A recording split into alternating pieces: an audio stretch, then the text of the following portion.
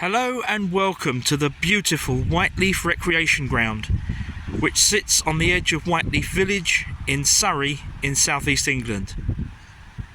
I'm here today for two reasons.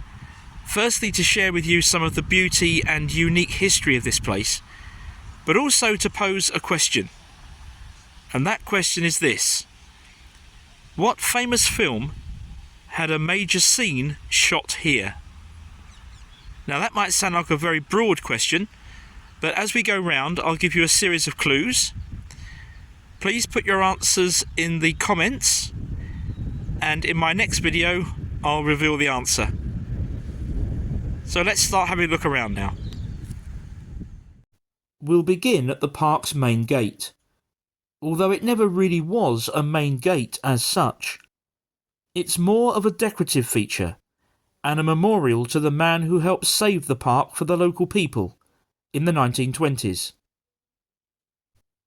Historically, the area that's now the Whiteleaf Recreation Ground was part of the huge Court Farm estate. In the late 19th century, the farm diversified to include a public tea rooms and pleasure grounds located on the hilltop near the farmhouse.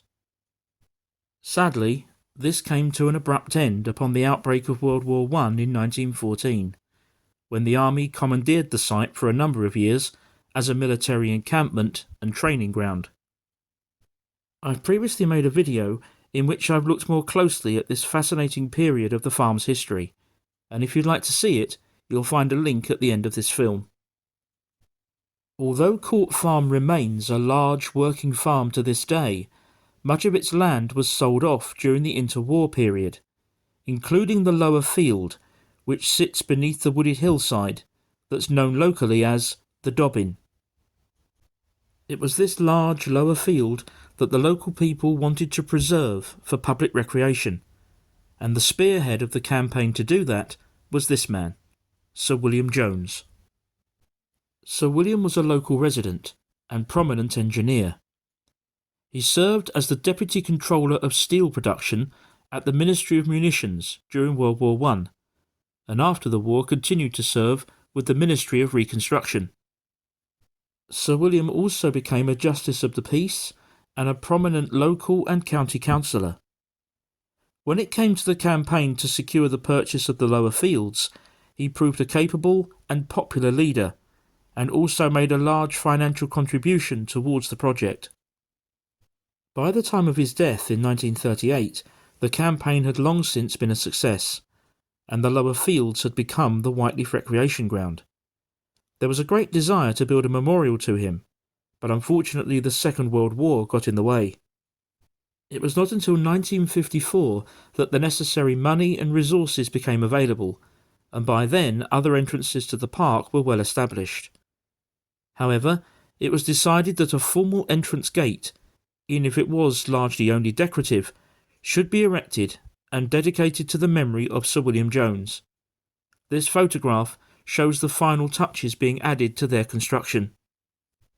Today, the gate is almost completely unchanged, except that it's lost the decorative urns that used to sit on the tops of the two pillars. They became heavily damaged by weathering and had to be removed before the end of the 20th century.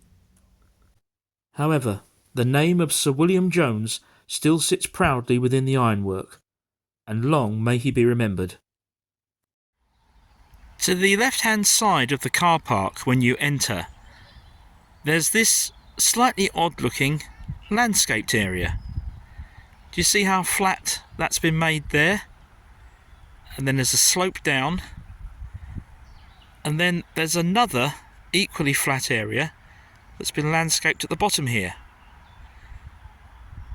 Now they were originally built as tennis courts.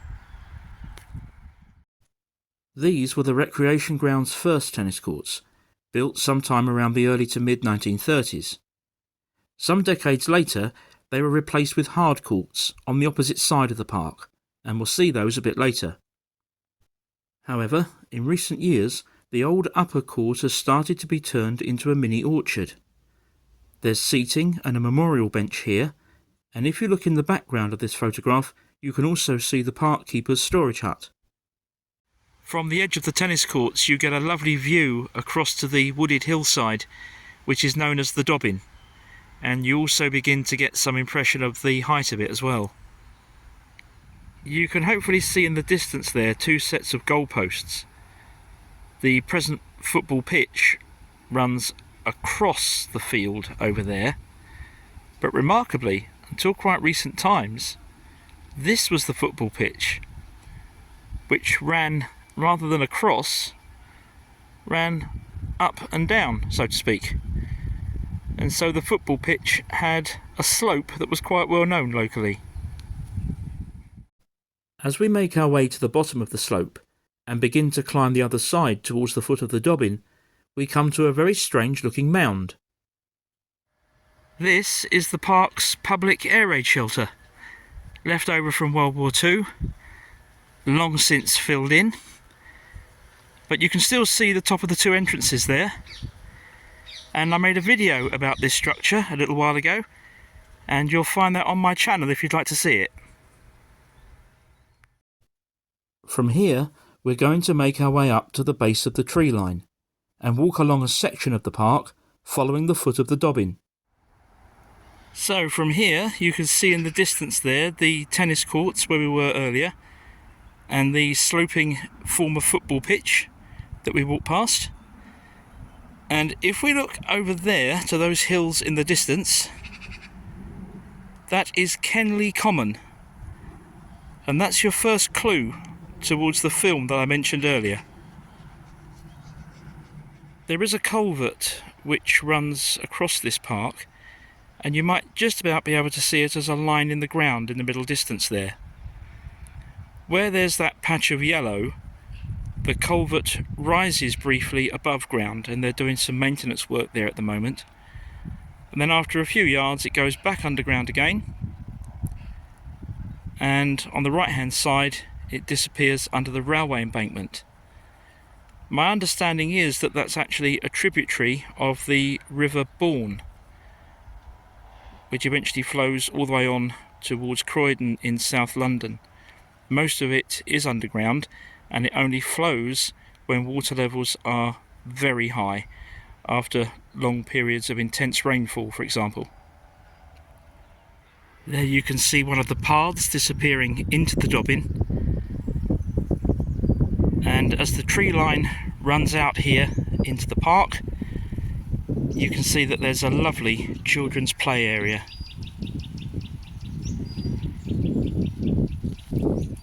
On the right of your screen now is that yellow patch where they're working on the culvert entrance that I mentioned earlier. And here you'll get a better look at the children's play area. And as we go round, you may see one or two of these slightly strange looking wooden structures. They're actually part of what's called the trim trail. So there's several pieces of fitness apparatus dotted throughout the park. As we drop back down lower into the park again, you'll see an area there behind the trees, which I think was probably built sometime around the 1950s or 1960s. They were constructed as hard tennis courts to replace the ones that we saw earlier. But today they're also used for other sports, like basketball, for example. With our backs to the modern tennis courts, the slope is now on our right, and somewhere around this spot there used to be some kind of hut, which I believe was probably the park's first pavilion. This photograph was taken around the late 1920s, at about the time the park first opened. The spot we've just looked at is here, and in this image there's clearly a building. If we zoom in, you can see it more clearly. This postcard image dates from around the same time, and shows the structure in more detail. Again, if we zoom in, we can clearly see a veranda, so this building has all the hallmarks of a pavilion as opposed to a park keeper's hut, and the subject of pavilions in this park is an important one, as we shall see shortly. So this is the present day football pitch, but until sometime around 2010 this was actually a cricket pitch. Now cricket is no longer played in this park, but it is a major second clue with regard to the film. In this far corner of the present-day tennis courts, there's this area of hard standing, which seems a bit out of place, but it was in fact the entrance to a wooden pavilion that used to stand just here. There were in fact two new identical pavilions built in the park in around the 1930s, about 100 yards apart. The second of them stood just here. By the late 1980s they had fallen out of use and were ultimately demolished, replaced with this brick-built pavilion that was later converted into the cafe that it remains to this day. Once we've passed the cafe, we find ourselves heading back towards the original tennis courts. So we've effectively made a whole circuit of the park. So as we come towards the end of our walk, I'll just remind you of the two clues that I gave you earlier with regard to the film, and give you your third and biggest one. So we've had Kenley Common, we've had cricket, and the third clue is that it was a 1950s film starring Kenneth More. As I mentioned earlier, please put your answers in the comments and I'll reveal the correct answer in my next video. I hope you've enjoyed this tour of the Whiteleaf Recreation Ground with its beautiful scenery and unique history. Thank you very much indeed for being with me today, and I'll see you again next time.